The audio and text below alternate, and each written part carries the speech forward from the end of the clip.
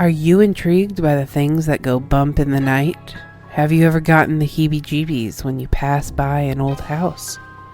Ever desired to dance in a cemetery? Or even obsess over the dark and obscure? Well, me too. Hi, I'm Nicole, and strange topics are my specialty. From the creators of the White Wednesday Radio Network and Lead Up Studios, this is The Dark with Nicole.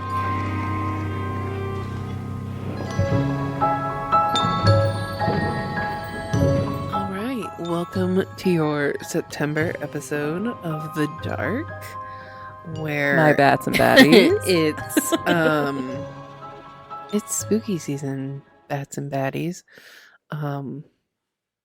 So obviously I'm going to be talking about haunted things. Of course. So this week we're going to be talking about the Mansfield Reformatory and the Winchester Mystery House. Love it. Yeah. Solid choices. All right. So, let's talk about the Mansfield Reformatory for a hot minute. Let's give you some history before I give you some stories. I'm here. Okay. So the history of, it's called the Mansfield Reformatory, but it's also the Ohio State Reformatory. It's a prison. It's a prison. But before it was a prison, it began in 1862. It was a field where it was a training camp for Civil War soldiers. The camp was called Camp Mordecai Bartley in honor of the Mansfield man who served as Ohio governor in the 1840s. I never knew that. Me neither. In 1867, Mansfield was promoted as a candidate for the placement of the new intermediate penitentiary, the original name before it was changed to the Ohio State Reformatory. The city raised $10,000 to purchase 30 acres of land. Imagine. Yeah, that's it. For the prison, and the state acquired 150 acres of adjoining land for $20,000. The cost of the facility was $1,326,769. And when was this? 1867. So this would be an roughly astronomical sum. Now. Oh yeah. Oh my God. Oh yeah. So the intermediate was intended as just that, a halfway point between the boys' industrial school in Lancaster and the state penitentiary in Columbus, which was intended to house young first-time offenders. And the construction began in 1886 and remained under construction until 1910. 24 years. Listen, I get impatient. 24? 34? I get impatient when there's construction for like 3 months. Dude. But it was due to funding problems, which caused the construction delays. Gotcha. But still, 24 years. Jesus. The original architect for the design was Levi T. Schofield of Cleveland, who used three architectural styles: Victorian Gothic, Richardsonian Romanesque, and Queen Anne, which honestly describes it fully. He designed the reformatory with these unique styles to help encourage inmates to become reborn back into their spiritual lives. The creation and construction of the building was entrusted to well-known architect F.F. Schnitzer, whose name also appears on the cornerstone and is recorded as superintendent and supervising architect on documents found there. In 1891, the name was changed from Intermediate Penitentiary to Ohio State Reformatory. All right. So what spooky shit's happening? Well, there's still more things. On September 15th of 1896, the reformatory opened its doors to its first 150 offenders. These prisoners were brought by train from Columbus and put immediately to work on the prison sewer system and the 25-foot stone wall surrounding the complex. Schnitzer was presented with a silver double inkwell by the governor of the state in a lavish ceremony to thank him for his services.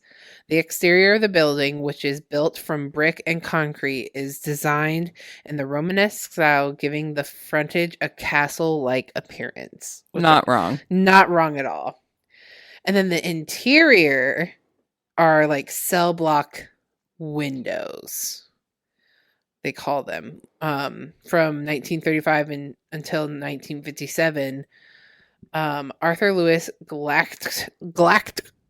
How's it spelled? Glattke. Galactic. He was the superintendent. Initially a political appointment following his work on the Martin Davey campaign, by all accounts, he was respected by professionals and inmates alike. He implemented many reforms, such as piped in radio music in the cell blocks. His wife, Helen, died of pneumonia 3 days following an accident in November of 1950 where a handgun discharged when she was reaching into a jewelry box in the family's quarters. He died following a heart attack suffered in his office on February 10th of 1959. Over 200 people died at the reformatory, including 2 guards who were killed during escape attempts. Which, we will find out, all of them are buried at the reformatory. Stop. Yeah. It's one of the stories. Okay. So the closure of the reformatory. It remained in full operation until December of 1990. Right before you were Literally, born. yes. When it was closed via federal court order as the result of a prisoner's case or class action suit citing overcrowding and inhumane conditions. District Judge Frank J.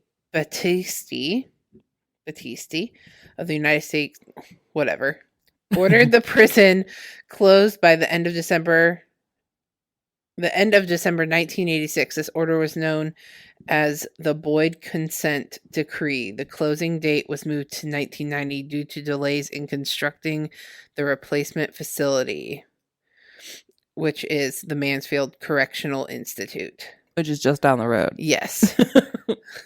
Which stands to the west of the old prison. Yeah. Yes. Most of the grounds and support buildings, including the outer wall, have been demolished since the closing. In 1995, the Reformatory Preservation Society was formed. They have turned the prison into a museum and conduct tours to help fund grounds rehabilitation projects and currently working to stabilize the buildings against further deterioration. It's also a wedding venue. It's also a wedding venue. It's also a haunted house. It literally is a haunted house from a couple days ago until like the end of November. Absolutely, yes. And it is still known that the interior steel staircase, the east cell block, remains the largest freestanding cell block in the world at 6 tiers high. Jesus. It's hella big. Have you ever been there? I have been outside of the building. I have never gone in. Okay. So let's bring on the stories. One, let's talk about my beautiful Haven from the Haven Salon. Absolutely. She and her sister, and it was a bachelorette and bachelor because her significant other was there, the bride and groom. Okay. Mm-hmm. The groom had scratches on his back By the end of the night, because like you get locked in and you have cameras on you so people can make sure you're like safe or whatever, and they were all just sitting in a circle, and all of a sudden this guy had scratches on his back. Like no one was moving, they were all just sitting in a circle. Haven has pictures. I'm going to ask her to send it. Absolutely. So I can show you. Absolutely. All right. So The prison cemetery, located near the building, contains the bodies of at least 200 prisoners killed within the reformatory walls. Some died of disease, others by the hands of by prison guards, their fellow prisoners, or even their own hands. The cemetery is reportedly hard to photograph as most cameras stop working once visitors set foot on the grounds, and small items like the metal grave markers move around on their own, probably under the power of unseen hands. Then there's the chapel. Okay, here's the chapel. Okay. The chapel, despite its designation as a holy place, it is just as haunted as anywhere else on the Mansfield Reformatory grounds. Spirits supposedly lurk throughout the space, showing up as ghostly orbs in photographs. When inside the chapel, one hears phantom voices with listen, the unseen hands in these sentences, with eerie unseen hands grab you as you attempt to walk out of the main room. I don't like that. The prisoner who set himself on fire in the cell block. The east cell blocks, the 6 tower ones, okay, were once listed in the Guinness Book of World Records for being like the tallest freestanding, and now they hold just as many ghosts. One of these spirits belonged to a man who set himself on fire in his cell. He apparently doused himself with kerosene and lit a match. By the time guards got to him, it was too late and his skin already had fallen off in chunks. He haunts the cell where he died, sometimes showing himself to visitors. No, thank you. And this is just what his cell looks like. If you've never been to the Mansfield Reformatory, I highly suggest it. I've never gone during the day, and that's the only time I'll ever go back there is during the day. But it's like the metal doors and stuff, like talk about a tetanus shot within moments of touching it. Gross. Yeah. But it's just so weird to be there and just think about how people lived, like were held there. Lived and suffered. Yeah. Yes. And lit themselves on fire? Yes. The stairs to the tower host. There's a stairs leading to the guard tower that are haunted by entities who push visitors, and they're not like love taps, like try to push them down the stairs kind of vibes. And then there's voices that you hear as you're like walking up, and these stairs aren't like large, they're just like a normal staircase in the house. They look ominous. Yes.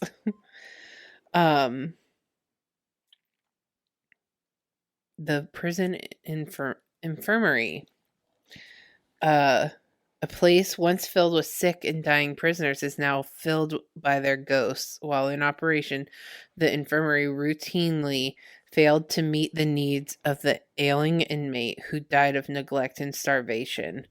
In addition to its sad and sinister history, the infirmary also gives off high electromagnetic readings, according to paranormal experts, which people think leads to ghostly orbs found in photos. And then there's just like a lot of like wanderers, like wandering ghosts about the grounds. This doesn't sound like a place I want to go to. It's cool. I don't know if that sound was recorded, but my battery on my computer is running low. And I'm gonna pee myself. It made like a whoom, whoom. And I jumped out of my fucking skin. You know, about fell off her chair. Oh my gosh, are you okay? You need me to plug anything in for you? You can reach it all. I can get it. I'm done with this episode. Literally, it was like out of a TV show. I had to take my headphones off for a moment. Oh my god! Adric just texted me. He was like, I'm gonna pee myself. I'm trying. My computer keeps yelling at me. Okay, we're good. We're good. Oh my god! Adric literally texted me. He was like, "Are you going to Starbucks?" And I was like, I love how we've duh. turned Adric into a Starbucks girl. He's like, "I'll throw you a little extra." Oh my gosh. Oh. That has never made me more happier. I don't know. All right.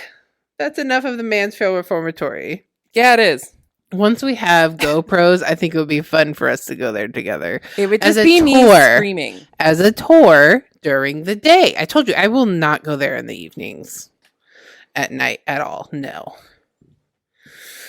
All right. The Winchester Mystery House. I was just watching something on YouTube about it. This is the house based in the movie Rose Red. It's like that house. Right? Rose Red? The house that keeps building itself? Yeah. Yeah. Yeah. Okay. Maybe. Yes. Didn't you watch it Yes. last night? No, I didn't. What you watch last I night? didn't. I went to bed. Oh, yeah. I saw you were watching something. I was just sitting there watching TikTok, probably. Oh, okay. I did change it on my thing and I forgot about it. All right. You ready? Yeah. The This one's further away. Yes. Not 45 minutes down the highway. Yeah.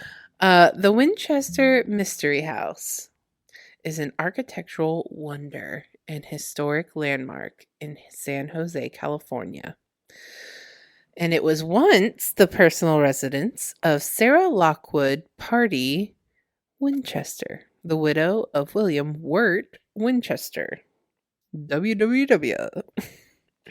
The triple W's. And she is also the heiress to a large portion of the Winchester repeating arms fortune. Shocker. But tragedy befell Sarah. Her infant daughter died of a childhood illness, and a few years later, her husband was taken from her by tuberculosis. Shortly after her husband's death, she left their home in New Haven, Connecticut, and moved out west to San Jose, California. It's warmer. Right?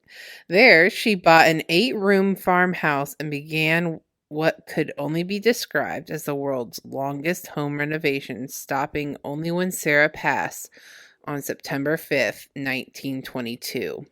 So that means from 1886 to 1922, construction seemingly never ceased. So that's what, 36 years? Yes. As the original 8-room farmhouse grew into the world's most unusual and sprawling mansion, it featured the following. In total, the house ended up being 24,000 square feet with 10,000 windows, 2,000 doors, 161 rooms, 52 skylights, 47 stairwells, with 47 fireplaces as well, 17 chimneys, 13 bathrooms, 6 kitchens, and that's it. All that. Listen, in there's one house. something else about, she did a bunch of stuff with repeating numbers in there. Yeah. There's something on Netflix about it.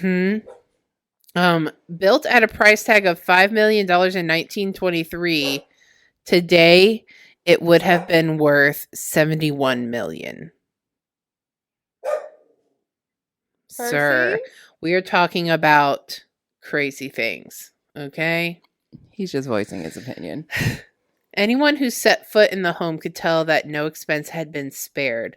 Gold and silver chandeliers hung from the ceilings above, hand inlaid parquet flooring, dozens of artful stained glass windows created by Tiffany & Co. dotted the walls, including some designs by Louise Comfort Tiffany himself.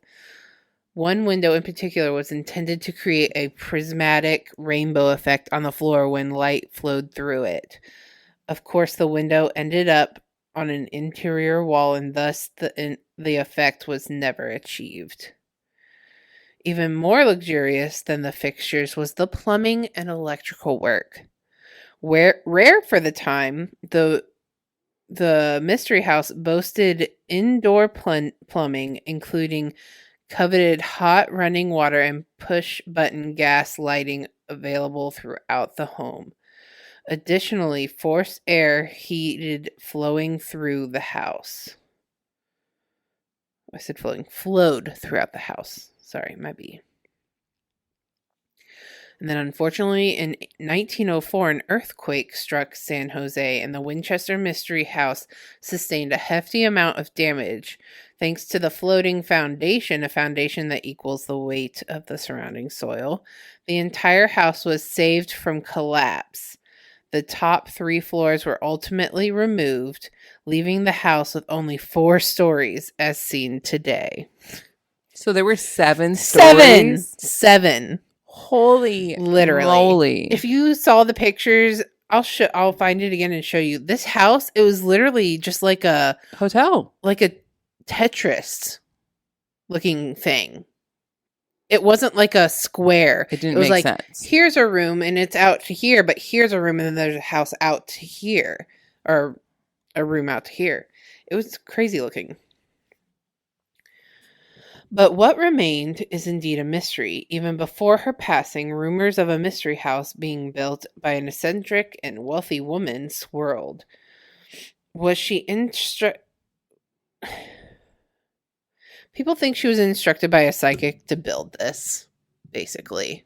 Really? And to never stop building, basically. To escape the ghosts of everyone who died by the Winchester revolving rifles. Yes. Sarah Winchester was a woman of independence, drive, and courage who lives on in legend, and the mansion she built is world-renowned as much for the many design, curiosities, and innovations, many ahead of their time, as it is for the reported paranormal activity that resides within these walls. These mysteries... These mysteries have and more are what has drawn over 12 million guests to visit the Winchester House since the doors opened June 30th, 1923. I want to talk about some of the things that were in the house. Like, she had staircases leading to ceilings, because in the middle of building those staircases, she wanted a different room above it. So they didn't remove the staircases.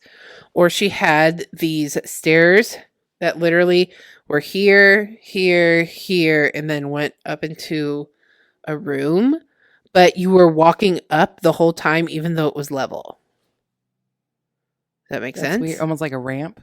Yeah, but it wasn't a ramp. It was stairs. But you were level the whole time.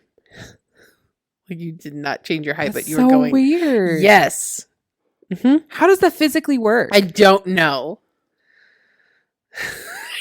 Here, I'm going to pull up the pictures and show you what the house looked like, because it's pretty crazy to see.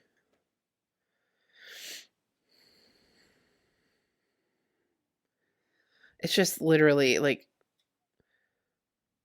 I don't even know how to explain it. Here, wait, go back. I'll show you what it looked like before, definitely. History. So, this is what it started off as. Okay. Beautiful. That's part of the picture of what it looked like in 1922. See, there's a room here, there's a room here and back here, but out here, and like there's these up here. I love it. Literally, it's like a like, you know, a deck of many things. It's a house of many things. Yes. Let's see. Oh, here's a good overview of it. That's just crazy. Yeah. Like, she just had money and she was told to just keep building and not stop. Oh, here's a more out, zoomed out picture. It's like a castle. Yeah. I know, it's like a house I would definitely want to go see. And you can still go visit it. Just saying. Look at the colors of it. That's like I the love front it. entrance of like the main farmhouse. I have always loved any of like that scale for the outside of houses. Like Yeah. whatever that. Oh, agreed. Yes, it's like a dragon scale. Yeah. Yeah. Mm-hmm. There's that house next to Bueller's down Yeah. here that's got it. Yes. Which is also haunted. I love everything haunted. Let's go to San Jose or let's just go to California so we can go to Alcatraz and the Mystery House. So what we'll do, Yeah. California, we're going to start SoCal Mm-hmm. and we're going to move our way north. And as we Yes. move our way north, we're going to get up to the northern part of California to see the Redwood Forest Yes. because that is a bucket list thing Yes, for it me. is. And then we're going to continue going north and we're going to go to the Oregon Vortex. Mm-hmm. And when we're in the Oregon Vortex, we're going to let the demons take over and just like feel all the cool stuff. Become even more It's not chaotic. even demon. It's just like, well, it was a place the Native Americans Yes. thought was wrong, and it is wrong. And then we're going to end our travels in the Pacific Northwest, and they will have to drag us back. Yeah.